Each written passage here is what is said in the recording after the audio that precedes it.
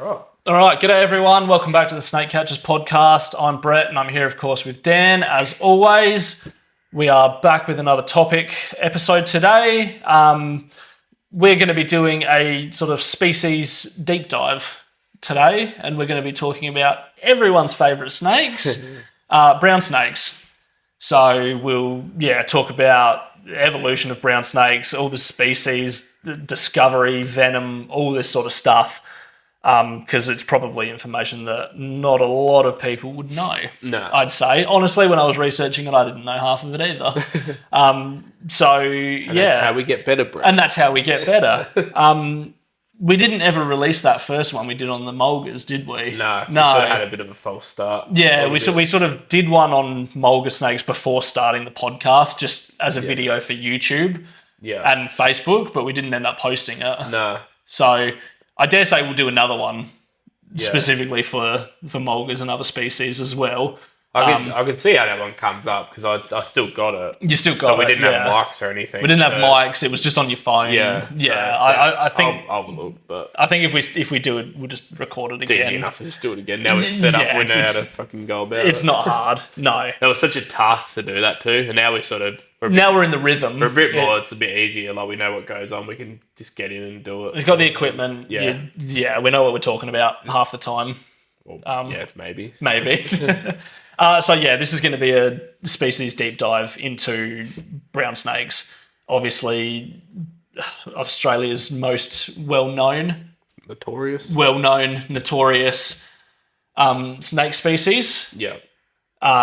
Undeserved reputation that they have as well. We'll go through heaps of different stuff and sort of hopefully, people get a better understanding of brown snakes in Australia. So I suppose we'll start with the first thing. There's more than one species of brown snake. I've got brown snake chase, brown snake dead, bloody chop, gun. What? Well, whenever someone says, it must have been a brown snake. Must have been a king brown. Must have been a king brown, which isn't actually a brown snake. Funnily enough, there's 9 species of brown snake that we have across Australia. Yeah. I think we mentioned it briefly in another episode, but all the species, where are we? I'm going to forget if I don't scroll down to it. So, 9 species. We've got eastern browns, dewgite, western browns, peninsula browns, ringed browns, speckled browns, Ingram's browns, northern browns, and strap-snouted browns as well. I think, was it 6 of those were in South Australia? 5 or 6. We've got strap-snouted, we've got ringed, peninsula, western, dewgite, and eastern. Yeah. So majority of those species are found in South Australia. Yeah. In our immediate area, the sort of Adelaide and greater area, is the eastern brown snake. Yeah. And that's the one that we catch Yeah. on 95% of the calls we do. Yeah. You start going further north, further east, out into the Mallee, and then further north, you start getting your different species. So your strap-snouteds, your westerns, your ringed browns. Yeah. Over on the York and the Eyre Peninsula, you get your peninsula browns as well. So a very cold tolerant brown snake species that lives right along the coast. And then moving further west is primarily western brown snakes as well. Western browns, I'd say, would take up the majority of the distribution out of all of the species across Australia. They pretty much cover, Western Australia into South Australia. They go through the Northern Territory into Queensland, New South Wales. Could have almost called it a central brown snake. You could have, we also get there is a population of dewgite in South Australia too. Yes, there is. Throughout Ceduna and that. Yeah. So, and funnily enough, the peninsula brown actually probably looks, because dewgites tend to have that real speckly dots and stuff on them, where peninsula browns do have a similar as well. It'd be hard to distinguish them. Very dark, next to each other. peninsulas. Yeah, and they've got a lot of, can have a lot of dots and stuff. Photos I've seen of them too. I haven't seen a dugite. I've seen plenty of peninsulas. They're really dark, like a chocolate brown colour, and they've got that sort of speckling. Because the easterns don't go down the foot of the peninsulas, do they? Like Ayr and York? Not the Ayr wouldn't, but where they go... I think they're on the York. Because there'd be a crossover somewhere. There is the crossover, they're on the York, and they go up to sort of Port Augusta. So it must be around there. Port Augusta, on the top of the thing, there must be a bit of a swap there. Yeah. I should really look at that side by side, how they look, because it's probably just like where the overlap is. Yeah. Because, like, going up towards Port Augusta, you start getting your strap snouteds as well, sort of at the bottom of the Flinders. One of the easier ones to distinguish just because they've got that shield on their nose. Yeah, and then going towards Whyalla, you get your Westerns as well. Yeah. The Westerns also go east. Yeah. Right across, and then sort of down a little bit into the sort of Murray Mallee area. But you do get your strappies there as well. And your ringed browns. Strappies will get quite big too. They can get really big. They're probably, tying for top spot with longest brown snake with the Easterns. Yeah. I'd say Easterns probably take it. Yeah. Particularly your Queensland Easterns that get, 6.5 foot. Yeah. They get really big. Yeah. Species like your Westerns and your Northerns don't get as big. They're metre-ish or something. Yeah, that'd be a big one. And then your ringed browns are pretty small. They don't get big at all. As well. Nah, they're very, very small species. So the genus of brown snake, Pseudonaja, which means false cobra. So when the settlers got to Australia, they were seeing all these snakes.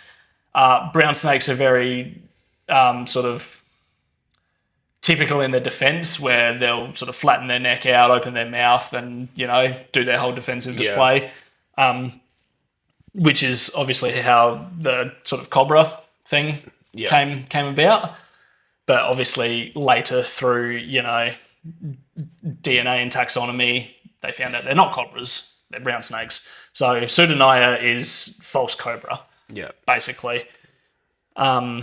They're an elapid, so a front fixed-fanged venomous snake, like all of the venomous snakes in Australia. Well, we've got... medically significant. Yeah. So we've got...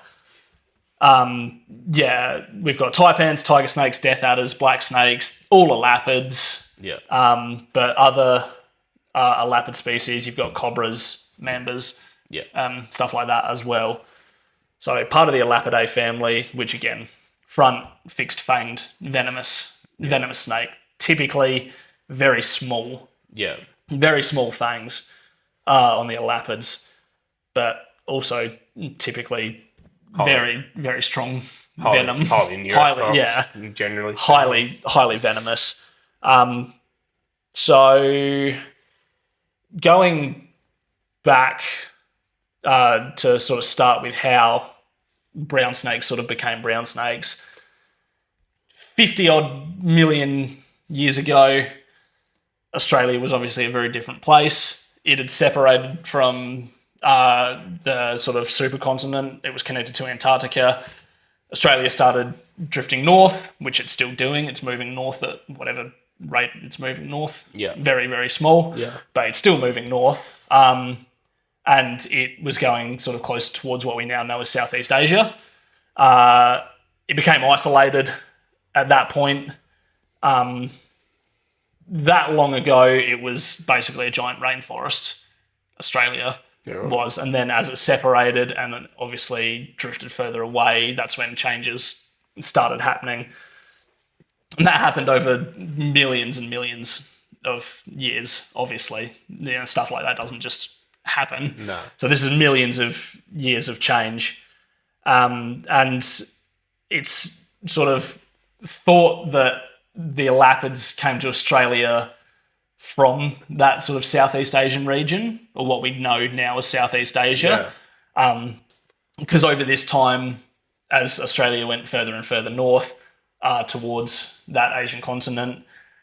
There were, massive sort of dry oceans and stuff like that as things changed, and it's thought that snakes moved down from Southeast Asia and came into Australia. And then again, as things changed, they became isolated again, and that's how they evolved from there.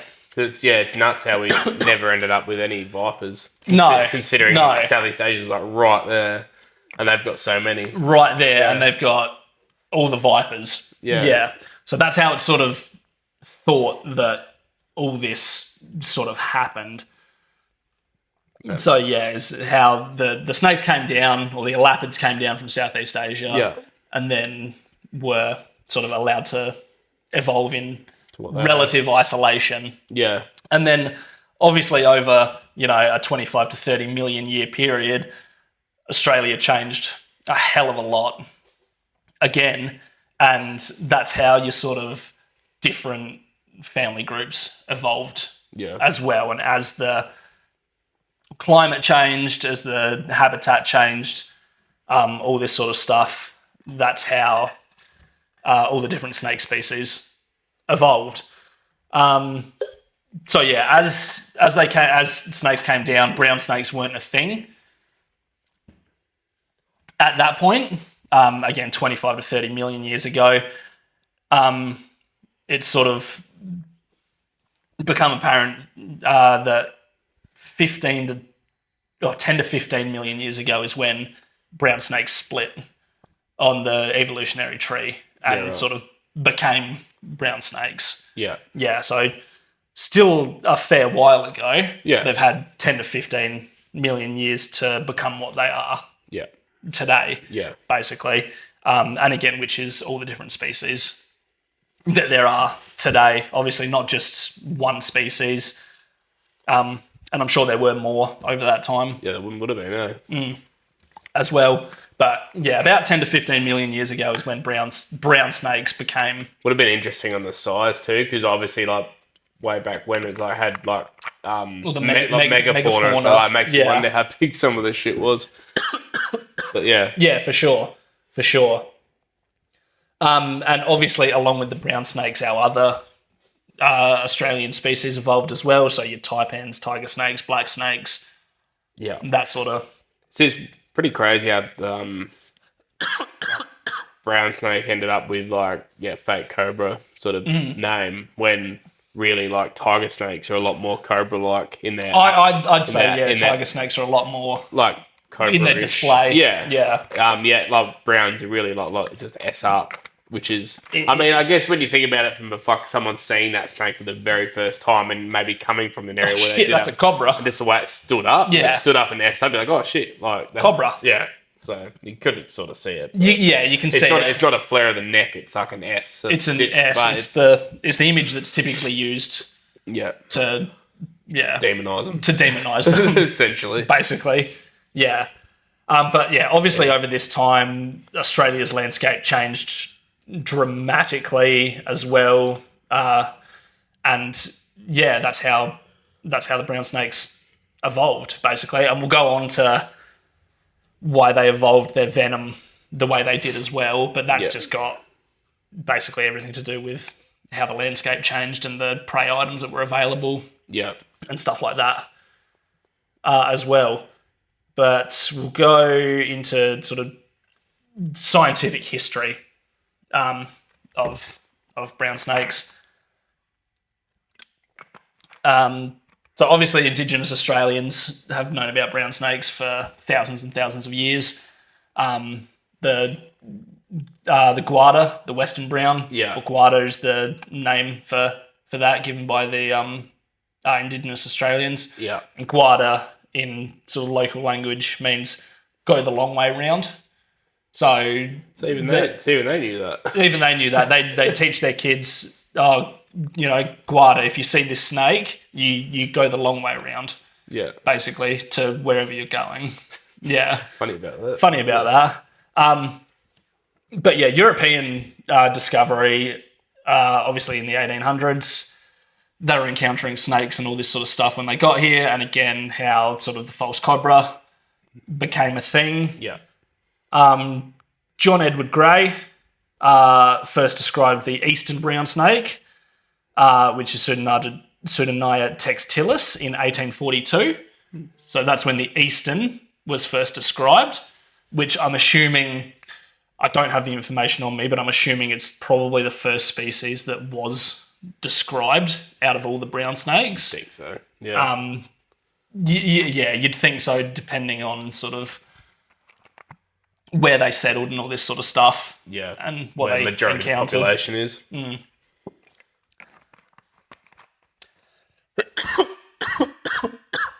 Oh, I'm talking too much. You got the computer. I can't say too much. I'm just I know. Yeah. Comments. Yeah. But yeah, John Edward Gray described the eastern brown snake in 1842, and then obviously from there it was discovered through taxonomy that there are the other species. Yeah.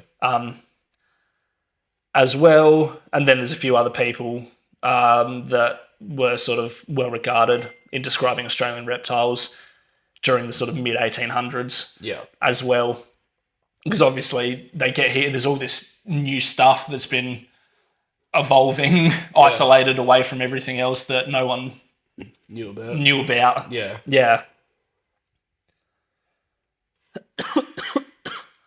And then again, from there through DNA, they got split further and further into their other species.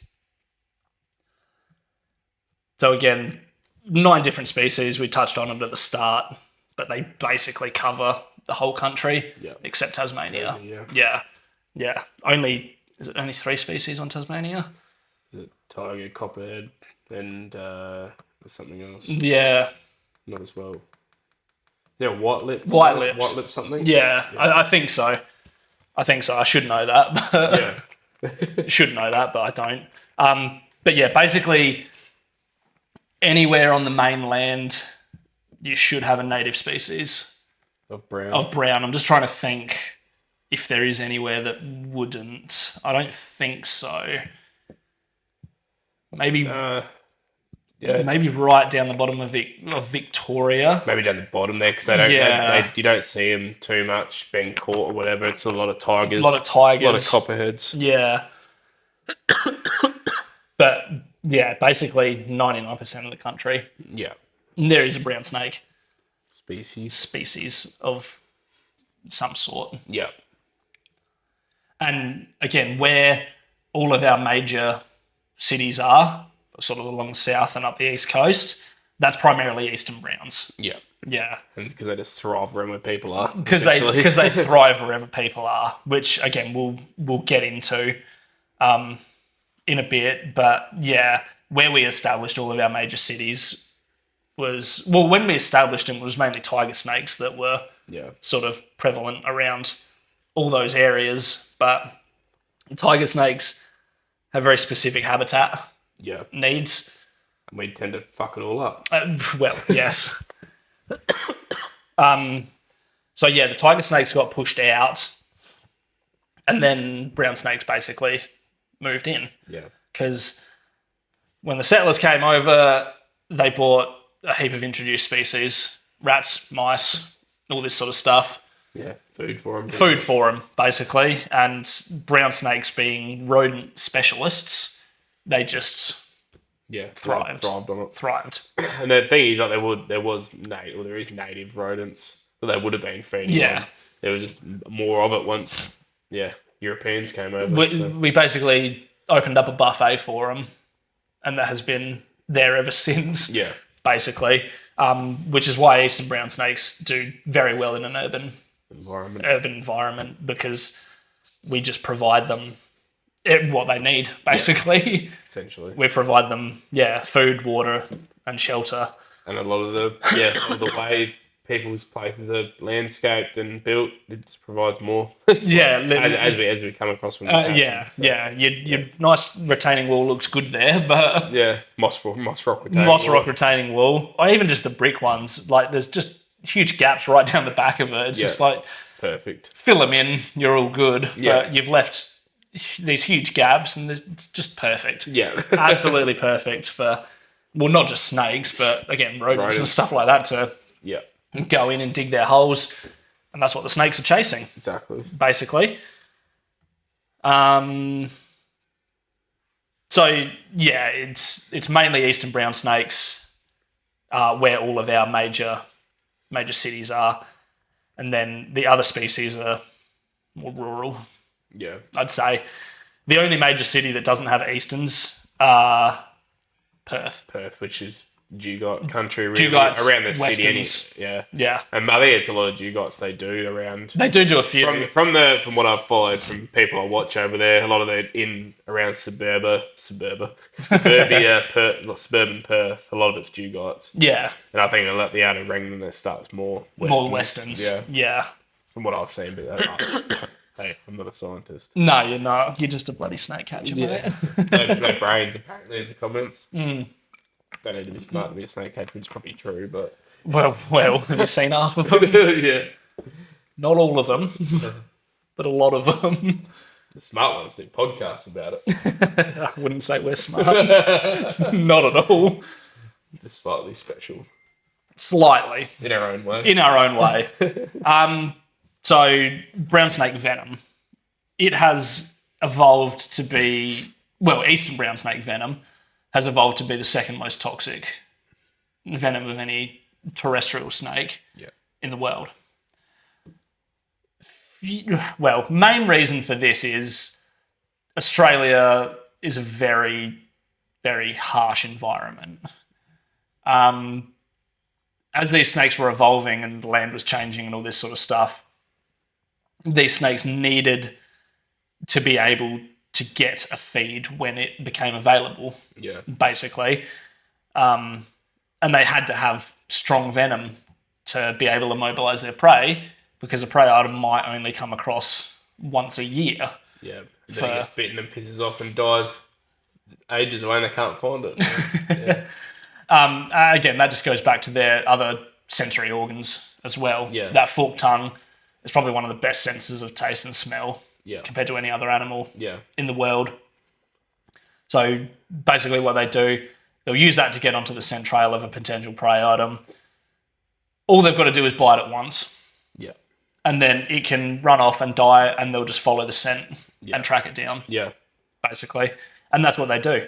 And a lot of it, like with the eastern browns anyway, like they do constriction as well. Yes. Yeah. Which is quite common. So they'll bite and wrap, like almost like a python, almost to stop them from getting away. And take, a couple of minutes and they're dead. Well, less than that probably. I mean, but if they do get away, again, it's not the end of the world. But yeah, they can still go after it. They'll find it. Yeah. They'll find it. We said this in a previous episode, particularly about the inland taipan, about where they live, out literally in the middle of nowhere. Yeah. Like gibber plains, nothing around, and they're living down soil cracks. Yeah. Inland taipan, most toxic snake in the world. Again, they needed to evolve that venom to get a feed when one became available. Yeah. Because again, it might be a year or more something else comes between feeds. Yeah. If it's having a bad year, if there hasn't been rain for God knows how long, they might just have to sit underground and just wait for months at a time and wait for a feed to come along. Yeah. Basically. Like middle of summer out there, I can get to 50 degrees. Yeah. Like they need to be underground, otherwise they'll cook. Exactly. And again, if it doesn't rain for a year, there's not going to be any food. So they needed to evolve that venom to be so toxic to be able to make sure they got that food item when it did come along. Yeah, basically. I wonder if, well, you're saying how obviously before, like Europeans and stuff got here, like it was a different sort of food source. Like there's obviously still would have been eating rodents and that sort of stuff, that would have been coming across less frequently. So I wonder if the venom has actually dropped in potency at all because of the buffet we've given them. Because of like there's technically more food around. Yeah. And like if they miss a feed, there's a fair chance they're going to get something else like fairly quickly. Like yeah. If it's around in the right area. So it makes me wonder whether it has changed over the years as well, the other way at all. But if it was more toxic like a million years ago or something like that, I don't know. Yeah. And again, it's always hard to say. You never know about those things. Yeah, it's hypothetical, really. One thing we do know is that the toxicity of the venom does vary from location. The properties in the brown snake venom that we've got down here in SA are different to the ones up in Queensland. Yeah. Lot of distance, obviously, between those populations. Yeah. And, well, I mean, they're primarily these days would probably be eating the same food source, which would just be rats and mice. But it'd just be like again, a couple hundred years ago, that would have been very different food sources. Yeah. Because it's two very different parts of the country. Yeah. I guess like the big boys up there would be eating bigger, like bandicoots or something a bit bigger. I don't know. But then, generally speaking, though, like they'd be all eating the same thing. But yeah, there's obviously the size discrepancy as well. But we've talked about a few times as well. Yeah. Obviously, SA and Queensland have very different climates. Yeah. As well. Down here, like, we don't get huge eastern brown snakes. 1 metre to 1.2 is an average size. Yeah. They're regularly getting 6-footers. Yeah. As an average. Yeah. So they get a lot bigger up there. But again, that just goes back to climate as well. Down here in SA, 6 months of the year, it's warm. They're out moving around. They're feeding. They're doing their thing. The other 6 months of the year can get pretty bloody cold. Yeah. So they're imbrumation. They're not doing too much. Definitely not feeding. No. So they're just not having as much time to get food to get to these sizes of the Queensland snakes. A few abnormalities in there, like you do every season. You probably catch one or two that are a decent size. Hopefully, one last season. Yeah, he was a monster.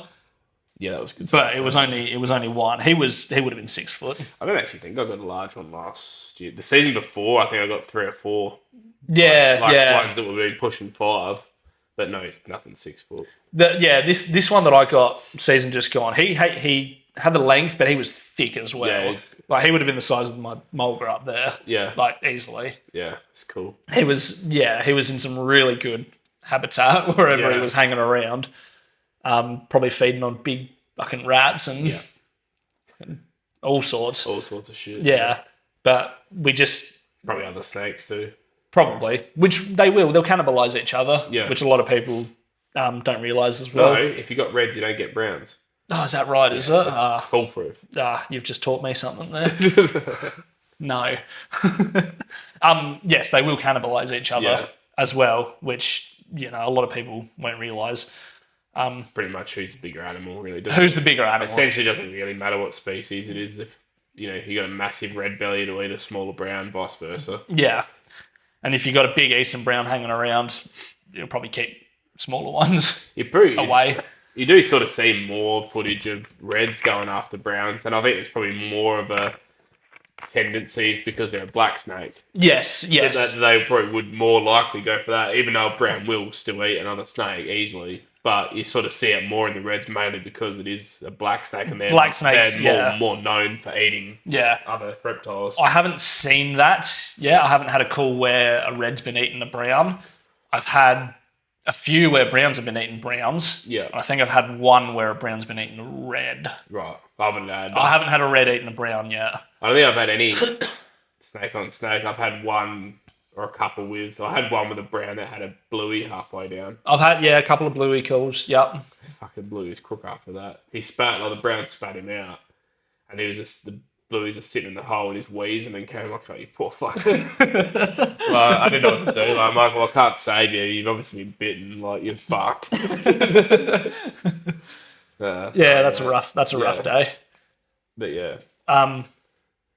Back to Venom quickly. It is venom in our Australian snakes. It's not poison. So the difference, obviously, between venom and poison, if something bites you or stings you when you get sick, it's venom. If you eat something or drink something and you get sick, it's poison. Yeah. Basically. then we've sort of gone over, why Venom sort of evolved as well in the way it did. Oh, fuck, what have I done? There we go. So how Venom is made this is all venomous snakes, basically. But it's basically a very specialised venom gland, which is actually a modified saliva gland, which sits behind the eye.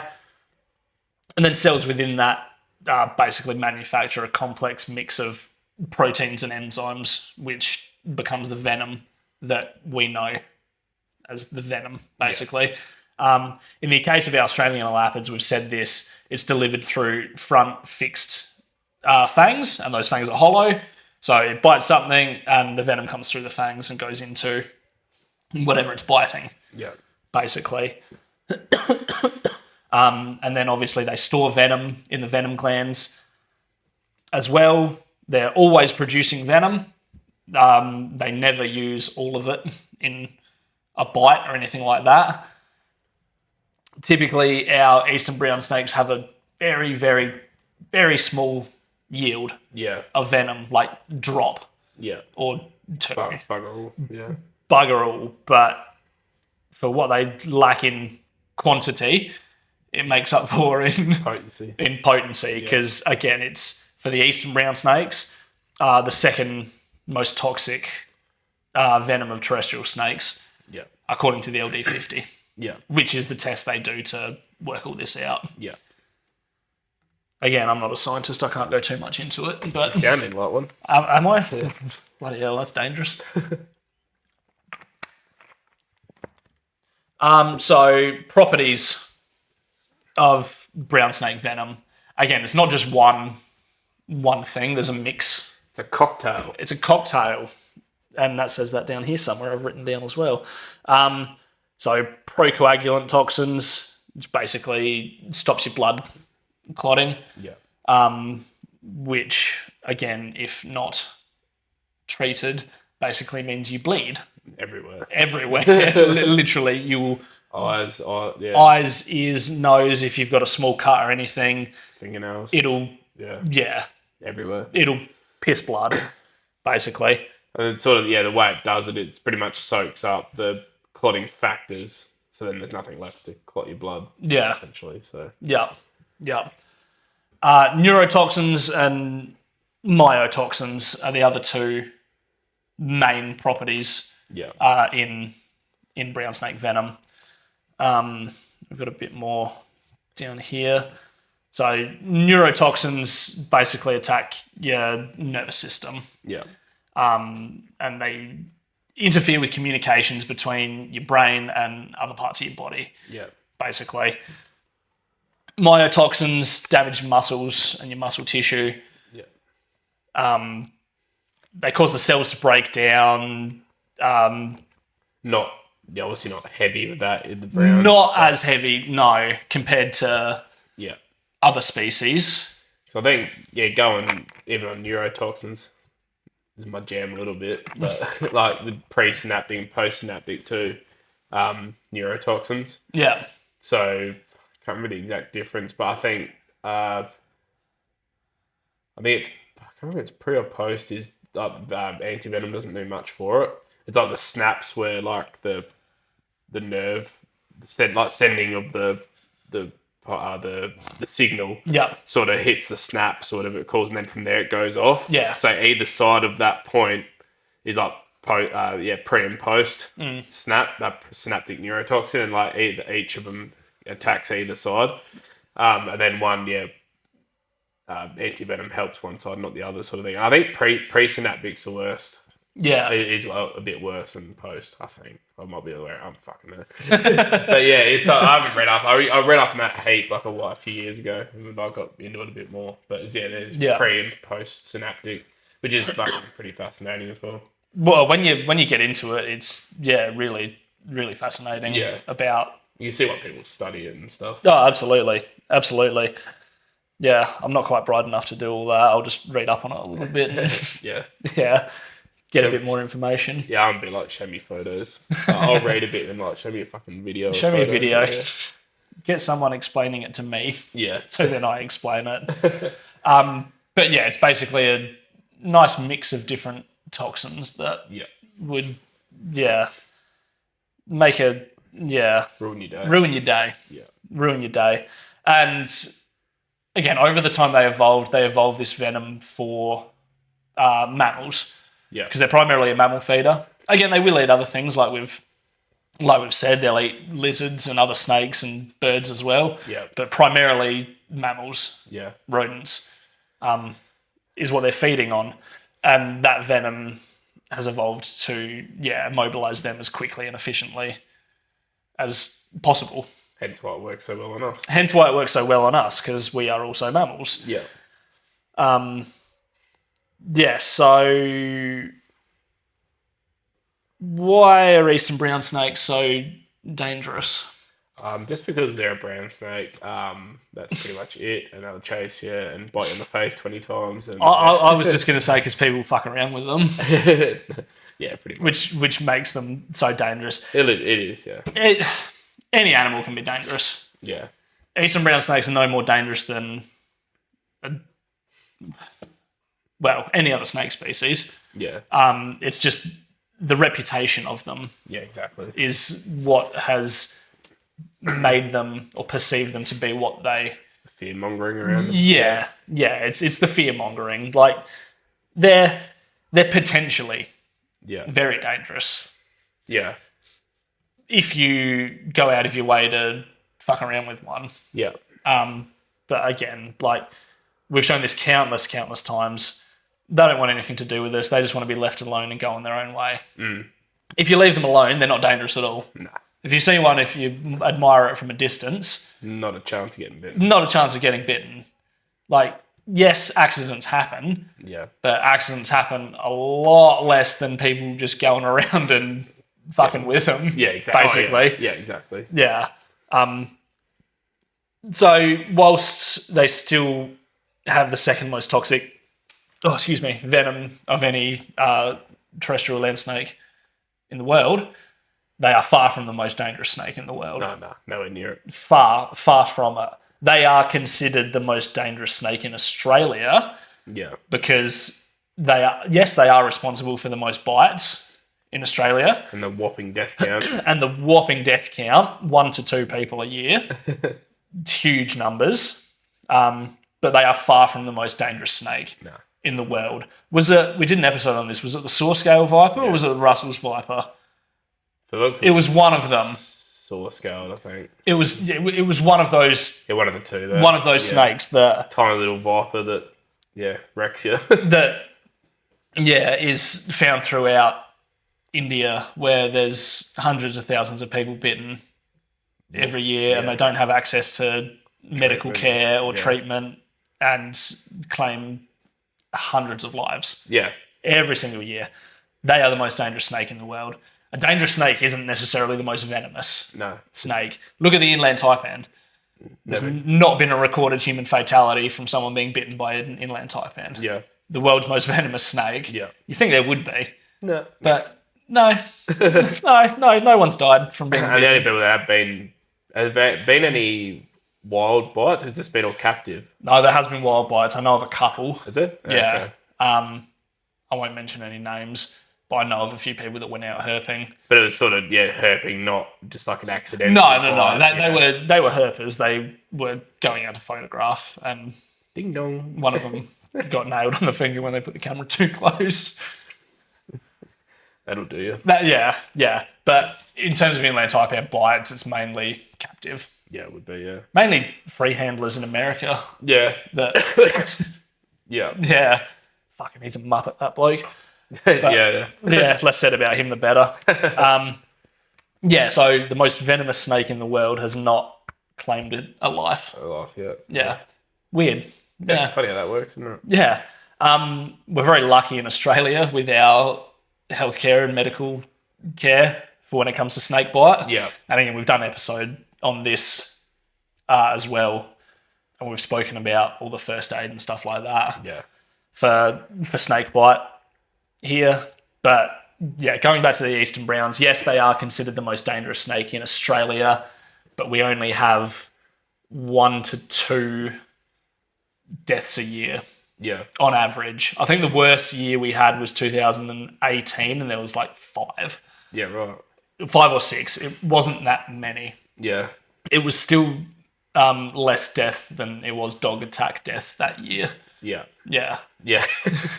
Which, again, we've said a lot in previous episodes that there's far more likelihood of being attacked by a dog than being bitten by a snake. Yeah. Or something like that. We touched a little bit on dry bites. Was that in the last episode? We'll talk about dry bites. Yeah.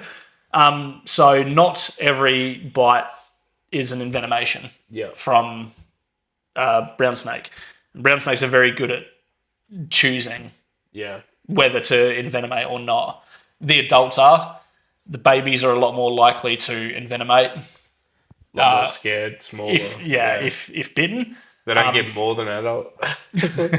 But adults, they can choose. Yeah. They can literally, choose whether they want to envenomate something or not. Yeah.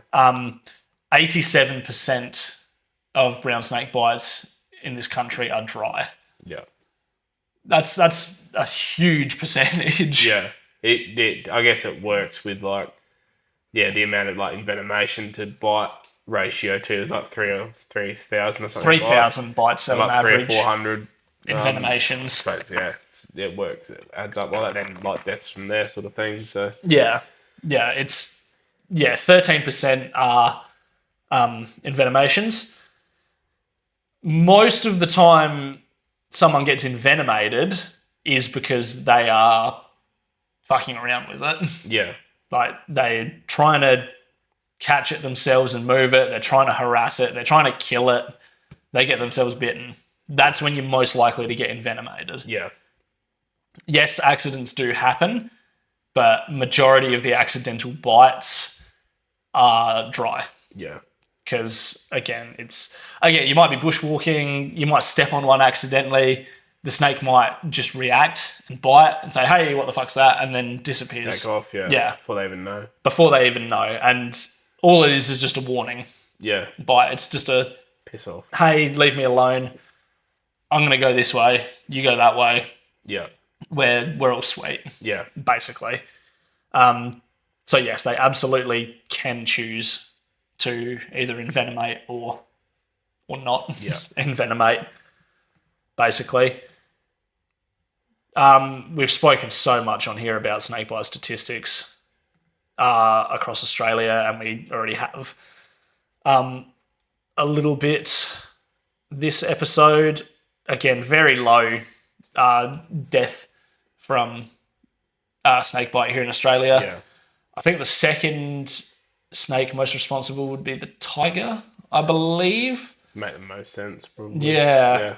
It used to be the other way around. So when settlers first got here, it used to be the tiger snakes that were contributing to the most bites and deaths. Yeah. It's just because, again, their habitat was more prominent up the east coast before it was all developed over. Yeah. Basically. And then as the tiger snakes got pushed out, the brown snakes came in due to the abundance of rodents and sort of shelter for them, basically. So I still think tiger snakes are in the second spot. Yeah, I think they would for that. Yeah. But it's still not. There's not many fatalities from tiger snake bite. I don't believe there's been heaps in the last sort of 10 years, maybe a couple. Maybe you should look into it. I have in previous episodes, but I haven't got it for this one. Yeah, no. It's mainly Easterns. Yeah, it is. Yeah. It's mainly Eastern brown snakes that are contributing to all these bites. So I reckon we'll leave it there. Yeah, for this one, just another short one. So thanks for listening, everyone. Make sure to like, comment, share, subscribe. Get onto the Facebook pages and give us some more content for the next one. And we will see you in the next one. Cheers.